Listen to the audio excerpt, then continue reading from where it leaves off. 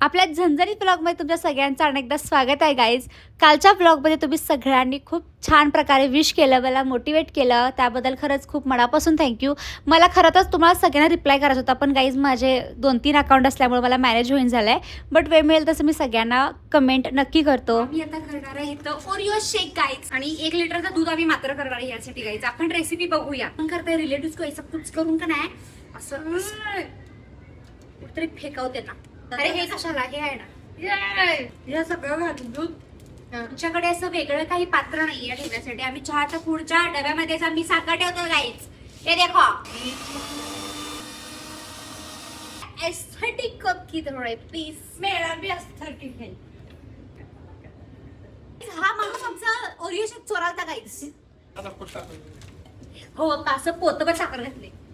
म्हणजे पप्पा health conscious आहे. ही रेडी आहे. आज आम्ही ही पार्टी केली कारण आमच्या वैष्णवीला CET मध्ये 92% पडल्यात गाईज, त्यामुळे तिला पण नक्की कॉंग्रॅच्युलेशन्स करा. आपल्या इंडियन पॅरेंट्सचं कसं 11वी-12वीच महत्वाचे असतात, त्यामुळे हिचं लई लाड चालू आहे. आणि माझे पेपर झालेत तर माझं कोण लाड करण झाले, फक्त हिजंच लाड चालू आहेत. ये माणूस जेव्हा केवढा कंजूस हो रहा है.